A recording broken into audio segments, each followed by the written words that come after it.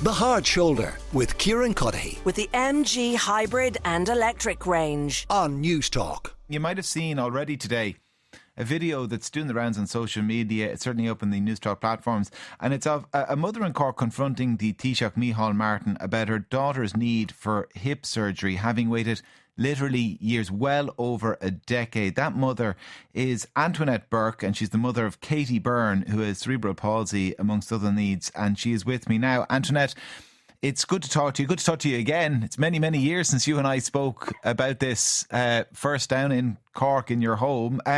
For people who don't know, tell us a little bit first maybe about Katie. Hi, Kieran. Nice to speak to you again. Well, Katie is 18 now. She has cerebral palsy. She has a dysplastic hip, twisted femur, retroverted pelvis, one leg shorter than the other, and the ball and socket is so worn down it's saucer shaped. And Kate, go on. No, go on. I was just going to say, and how long has she been waiting for surgical intervention to deal with any of those issues? Well, Katie was first diagnosed with hip dysplasia at the age of 4. So on the she was actually 3 years and 8 months.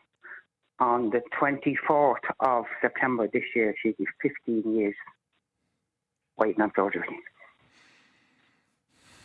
And when she was first referred for surgery, did you know then that there would be some degree of wait? Were you aware of the problems in the system? Or did you just think, that's great now, we'll get these problems solved?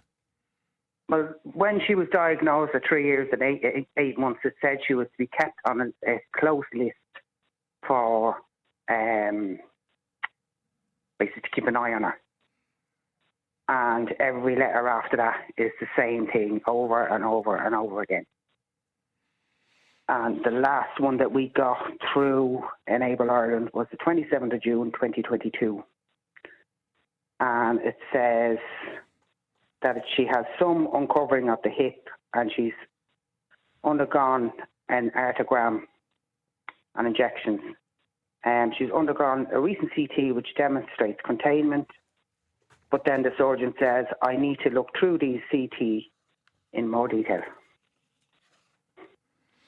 Sorry, so that's the most recent surgical date she had was it was 3 years ago. 2022 was the last time we saw anybody in Enable Ireland. What's Katie's quality of life been like over those 15 years? Well, since Katie had her last surgery, which was 2004, she very, very rarely uses her wheelchair because we have kept her standing. We had to pay for physio privately because she doesn't get it through her service providers.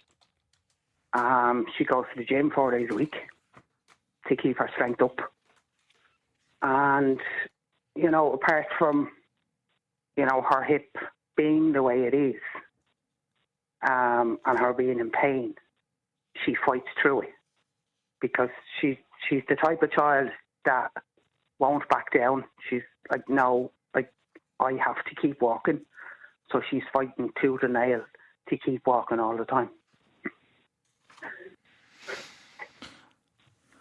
And what's it been like for you then, Antoinette, campaigning all of this time? Well, it's an ongoing campaign all the time, to try and get Katie what she needs. I'm her mum. It's my job to get her what she needs. So, if I have to fight 24/7, that's what I'll do. It's exhausting. It's draining. It's very frustrating. Mm. But, I fought this long. I ain't backing down. At the same time, you confronted the Taoiseach today. When Katie was diagnosed, Brian Cowan was Taoiseach. Then Enda Kenny. Yeah. Then Leo Varadkar. Then Micheal Martin. Then Leo Varadkar. Then Simon Harris. Then Micheal Martin. And now Jennifer Carroll McNeil. Yeah, well, yeah, she's Minister for Health now. Yeah, so is there... I kind of want to word this delicately. Is there a point at which you just think this is never going to happen? That's why we've gone to Dr. Paley in Florida, because I've given up hope on anything happening in this country for Katie. You know, when you're fighting 15 years with surgeons and they're telling you no, you do give up.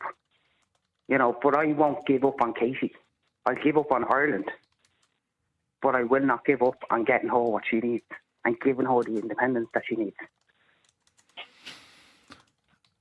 And how's Katie today? She's actually okay. She's still in school because she's doing her leaving cert and she has study classes after school. So she's still up there.